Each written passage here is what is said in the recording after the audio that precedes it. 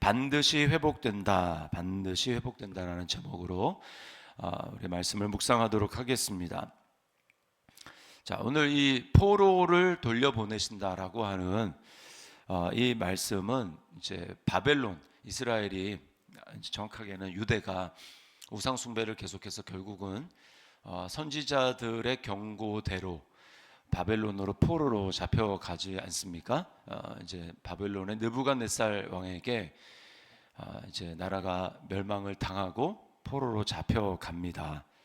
자, 그런데 1절에 보니까 포로를 돌려보내신다라고 이야기를 합니다. 그래서 꿈꾸는 것 같았다. 왜냐하면 그런 일이 일어나기가 불가능하기 때문에 그러한 것입니다. 바벨론의 포로로 잡혀간 지 70년 만에 이스라엘 백성들이 다시 돌아왔어요.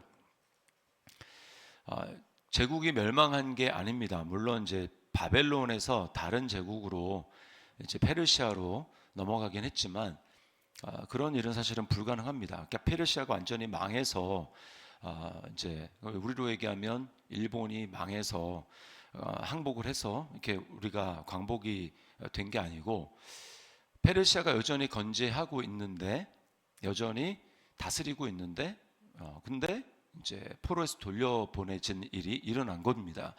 우리가 이제 성경을 읽어보면 이제 페르시아의 고레스 왕이 여호와의 성전을 건축하라라고 하면서 이제 거기에 올라갈 사람들을 이제 올려 보내는 그런 장면이 나오잖아요. 칙명을 발표하고 이런 일들은 사실 불가능한 것이죠.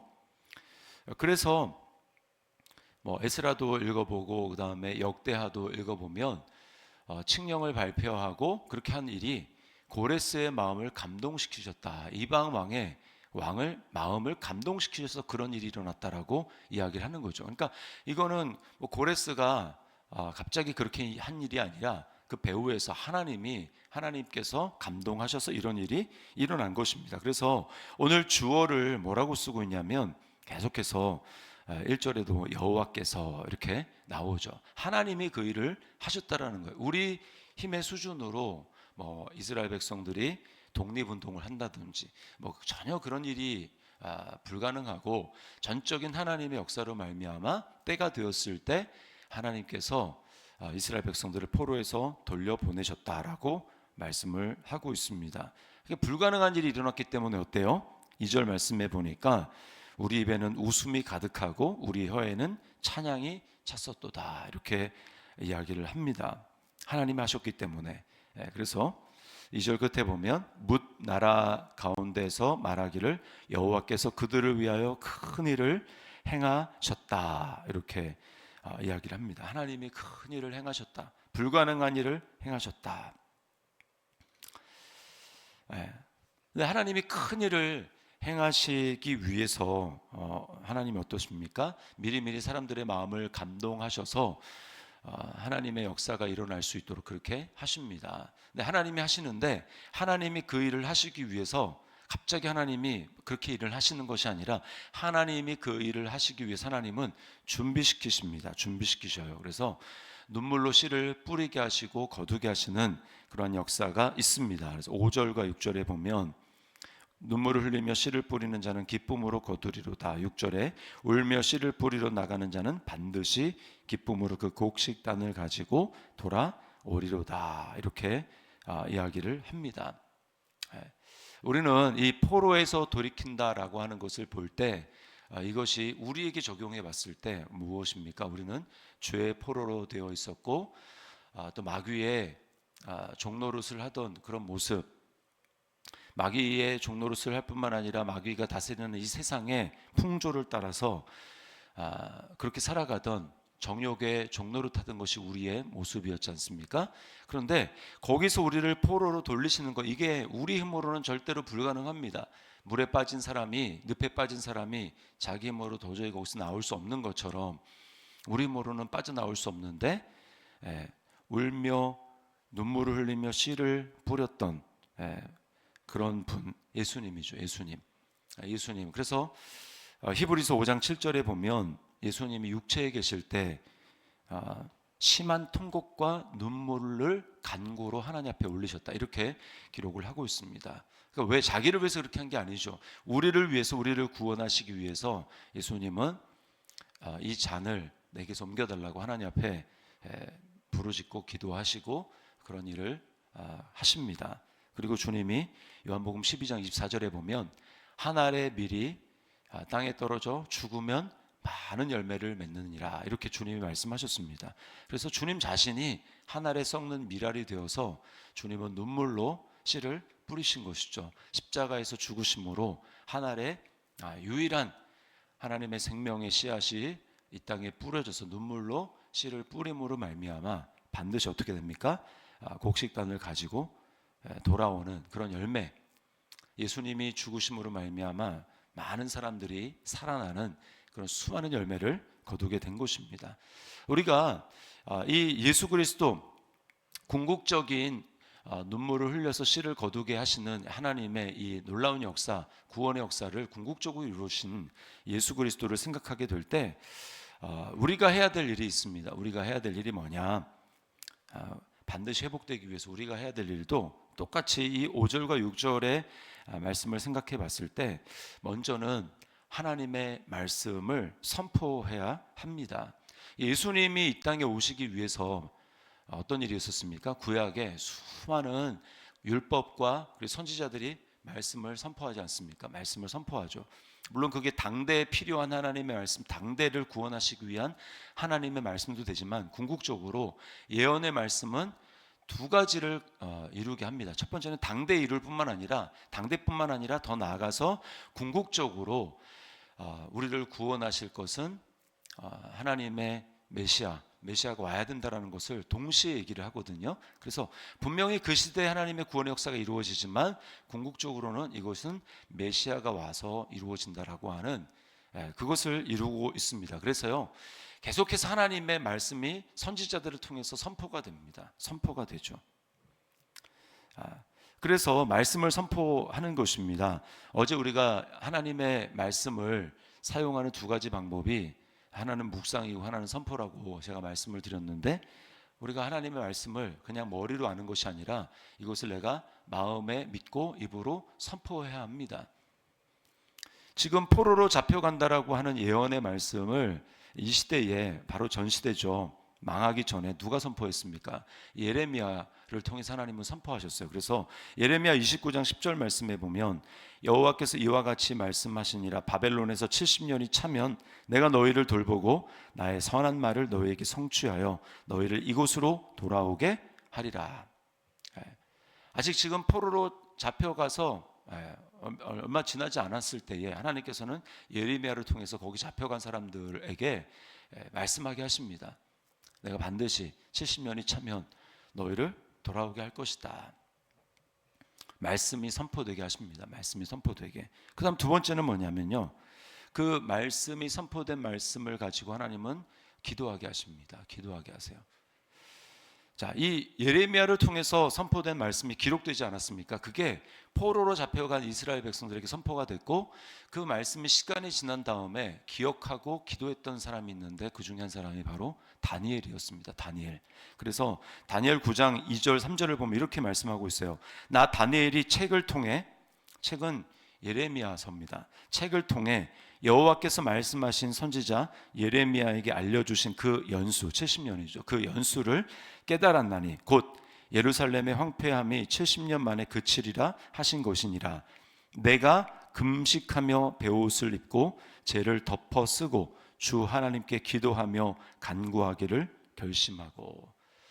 포로로 잡혀간 다니엘이 말씀을 어느 날 읽다가 보니까 70년의 이 하나님의 예레미야 선지자를 통해서 주신 그 말씀이 이제 얼마 안 남았다라는 것을 깨닫는 것입니다. 그러면서 여기 이렇게 기록된 말씀이 있었네. 하나님 이런 약속을 주셨네. 지금은 그런 기미가 전혀 보이진 않지만 그것을 가지고 다니엘이 하나님 앞에 금식하며 기도하기로 작정한 것이죠. 기도한 것입니다. 하나님의 말씀이 선포될 뿐만 아니라 그 말씀을 기억하고 그 말씀을 가지고 하나님 앞에 기도하는 거죠. 다시금 믿음으로, 기도함으로 말미암아 그 말씀에 물을 주고 걸음을 주고 계속해서 그렇게 하는 것입니다. 그렇게 하니까 어떤 일이 일어납니까? 진짜로 불가능할 것 같았던 그런 일이 시간이 지나니까 이루어지는 거예요. 예수님이라고 하는 하나님의 궁극적인 말씀도 어떻게 됐습니까? 구약에 이제 뭐 수천 년의 시간을 거쳐서 하나님의 말씀이 계속해서 선포되고, 그 말씀이 이제 세대를 거쳐서 메시아가 온다, 메시아가 온다, 메시아가 온다 계속해서 얘기하고, 또 많은 사람들이 그걸 언제 메시아가 옵니까? 언제 메시아가 옵니까? 오셔서 우리를 구원해 주셔야 되지 않습니까? 라고 하면서 계속해서 기다리는 사람들이 하나님 앞에 계속 기도함으로 말미암아 어떤 일이 일어납니까? 결국은 메시아가 오시죠. 진정한 말씀이신 그분이 육신을 입고 이 땅 가운데 오십니다. 열매를 맺는 거죠. 똑같습니다. 하나님의 말씀이 선포되고 그 말씀의 약속을 기억하는 믿음의 사람들이 그 말씀을 기억하면서 그것을 가지고 하나님 앞에 기도하는 것입니다. 그렇게 될 때 반드시 일어나는 거죠. 근데 우리가 꼭 기억할 건 세 번째 뭐냐? 인내가 필요하다는 겁니다. 인내.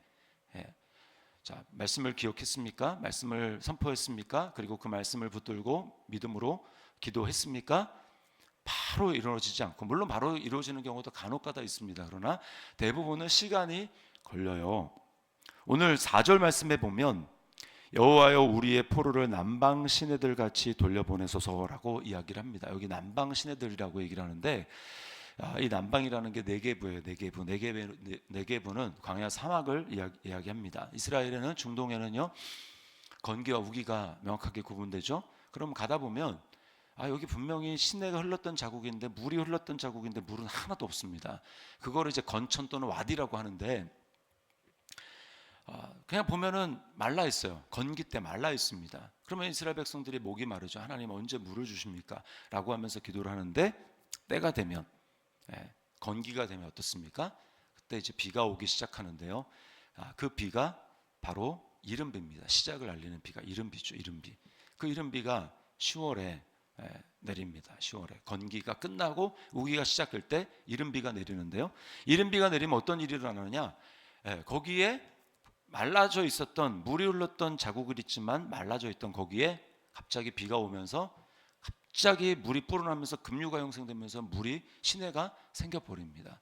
지금 그것을 머리에 염두에 두면서 우리의 포로를 남방 시내들 같이 돌려보내소서 라고 이야기를 하고 있는 거예요. 이스라엘 포로가 3차에 걸쳐서 오지 않았습니까? 1차에 돌아왔던 사람들의 입장에서는 아직 너무 미미한 거죠. 이것밖에 돌아오지 않았는가? 그럼 계속해서 돌아와야 되는데, 하나님 남방 시내들 같이, 하나님 때가 되면 확 불어나서 물이 넘쳐서 흘러가는 것처럼 지금은 너무 미미한 것 같지만 그런 일이 우리에게 있기를 원합니다라고 하나님 앞에 기도하면서 말씀을 선포하고, 하나님이 선포된 말씀을 기억하고, 그리고 그 말씀을 가지고 믿음으로 기도하고, 뿐만 아니라 시간이 걸리지만 인내하며 기도하는 것입니다. 그렇게 되면 어때요? 반드시 열매를 맺는다라고 하는 것입니다. 우리가 이렇게 인내하면서 기도할 수 있는 이유는 하나님이 궁극적으로 그리스도 안에서 약속하셨기 때문입니다. 그래서 고린도후서 1장 20절 말씀에 하나님의 말씀을 그리스도 안에서 얼마든지 이해가 되나니 그러므로 우리가 아멘하여 하나님께 영광을 돌리게 되느니라 라고 말씀을 합니다. 믿어야 됩니다. 이거는 누구만 되는 거지, 이거는 성경이니까 그렇지, 그렇지 않습니다. 그 말씀을 내가 그리스도 안에서 그리스도 연합한 자로, 그리스도가 누릴 수 있는 그 특권을 내가 누릴 수 있다, 똑같이 누릴 수 있다면 우리는 그 말씀을 바로 나의 약속의 말씀으로 받아들여서 믿음으로 기도하며 인내할 때 하나님께서는 반드시 지금은 미미해 보이고 도대체 여기에 시내가 흐를까? 회복이 가능할까? 라고 생각하는 거기에 반드시 하나님은 갑자기 급류가 형성돼서 불어난 시내, 남방 시내들 같이 회복하게 되는 역사가 우리에게 반드시 일어날 줄 믿습니다. 그래서 눈물을 흘리며 씨를 뿌리는 자는 기쁨으로 거두리로다. 울며 씨를 뿌리러 나가는 자는 반드시 기쁨으로 그 곡식단을 가지고 돌아오리로다. 갈라디아서 6장 9절 말씀에 이런 말씀이 있습니다. 우리가 선을 행하되 낙심하지 말지니 포기하지 아니하면 때가 이름에 거두리라. 문제는 포기하는 겁니다. 하나님은 이미 주려고 이제 이제 곧 주려고 하는데 내가 하나님이 주려고 가면 그 자리에 수치인불명 받을 사람이 없는 거예요. 왜 그렇습니까? 포기했기 때문에, 낙심했기 때문에.